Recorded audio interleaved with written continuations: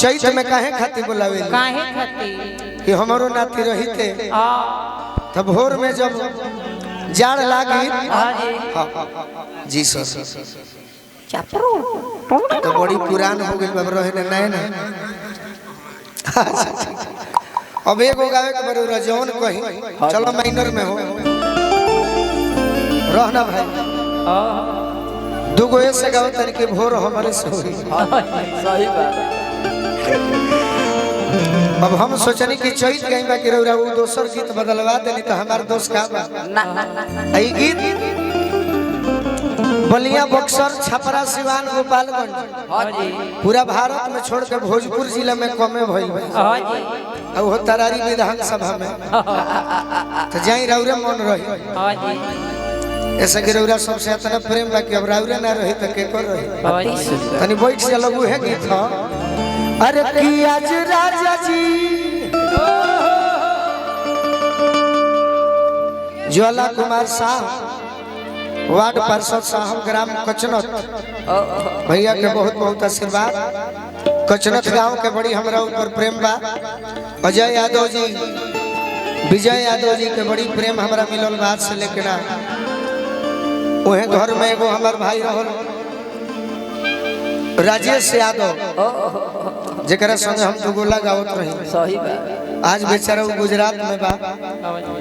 आज ले भोजपुरी में वैसा गायक ना भइल लेकिन समय के दोष कहीं उनकर मेहनत कहीं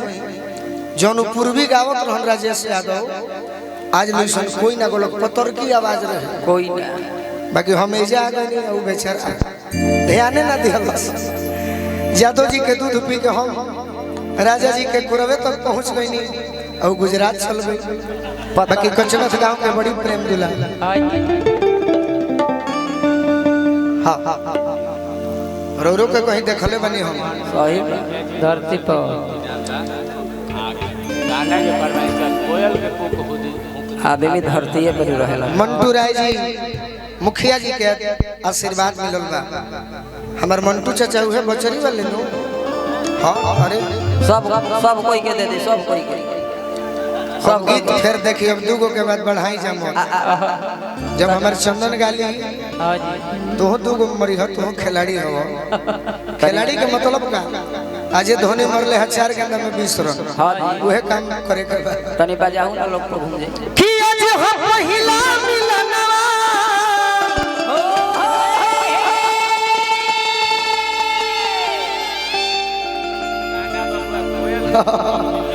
ठीक भाई एक लाइन खोल ना सथावा ना वो अकेले माफिया सथावा ना बाद में देखो जब सब लोग गाली ही बिगड़े लगी तो हम दोनों भाई कहीं खड़ा हो जाए मिलल सजनी के सजना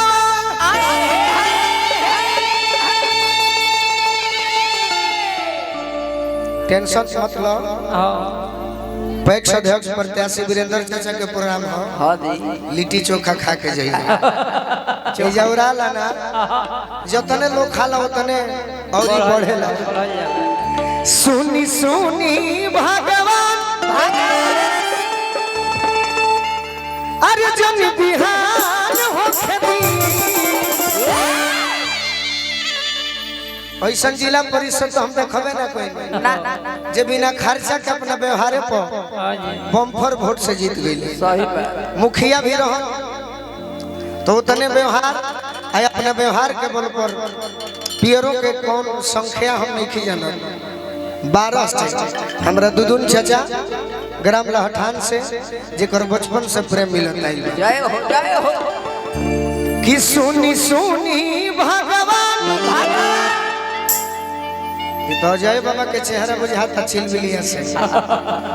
अजय बाबा के गोड़ लगता खुश रही अरे जन बिहान हो खेती आज राजा जी के पुरे नाम हो खेती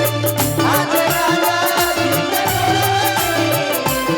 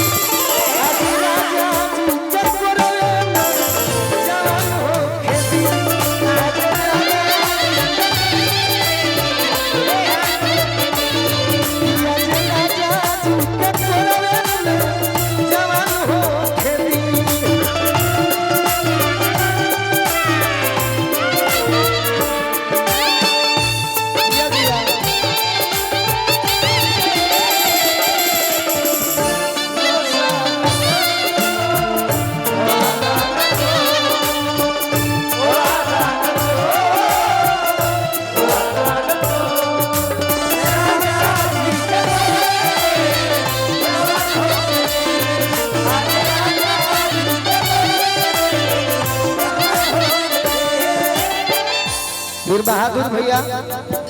भाई हमारा धीरज जी, राहुल भैया और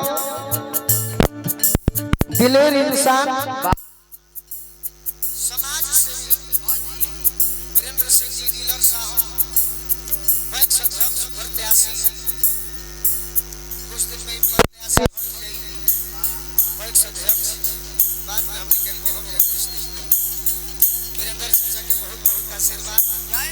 अरौरा तना दे देले वाली के नाम धरे के नहीं के करो अरौरा बस हमार भाई है। अरे की आज राजा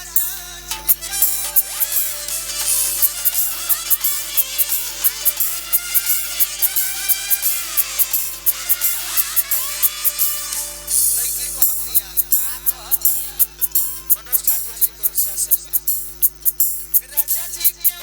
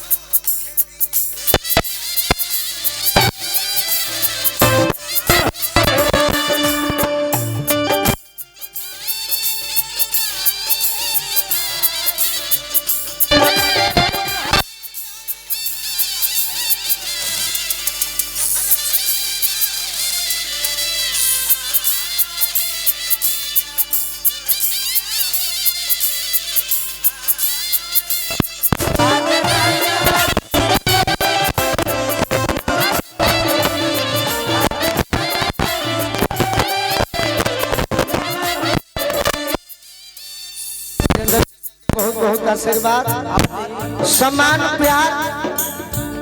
अगर वीरेंद्र चाचा से कलाकार के स्वागत में आई अतिथि के स्वागत में कमी भइल हुई तो क्षमो कदम सब है। भोजपुर जिला के शिक्षा माफिया डीके कारमेल स्कूल वो परिवार के सदस्य हमारे जिगर के टुकड़ा विकी भैया भी आई बड़ो। एक बाद हम तार पगड़ी बांध के स्वागत कराई। हाँ जय हो रोआ गनगनाई पिया तोरा जब उठाई है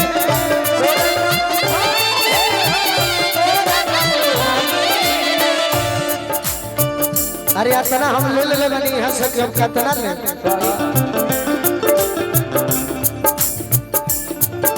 डीलर साहब के सुपुत्र अमन सिंह जी ये हमारे भाई हमें दुलरुआ रोगन गनाई पिया तोरा जब उठाई है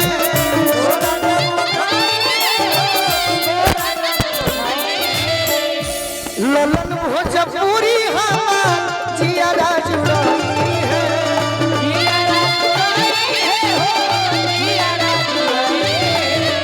ललन भोजपुरी हमार जियारा जुड़ाई है।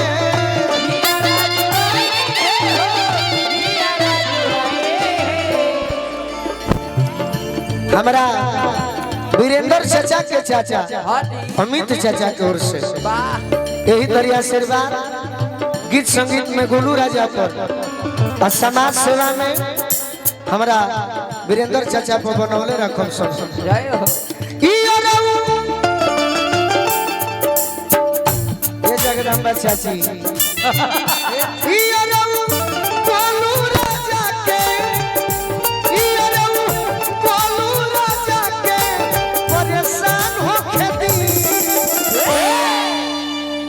12 पार हो गइलो 12 बजे के पहले ऊ काम हाँ जी अब 12 बजे के बाद ई काम ई का भोजपुरी इतिहास के चौगुन हाँ जी कि आज राजा जी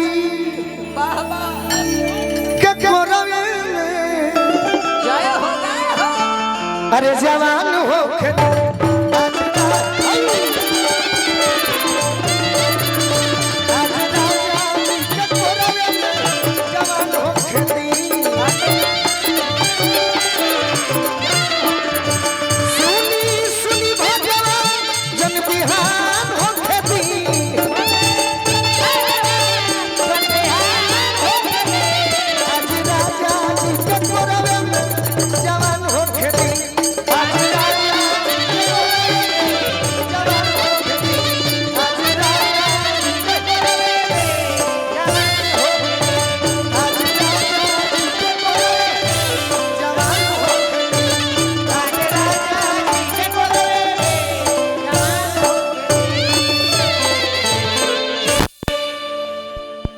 हाजिरी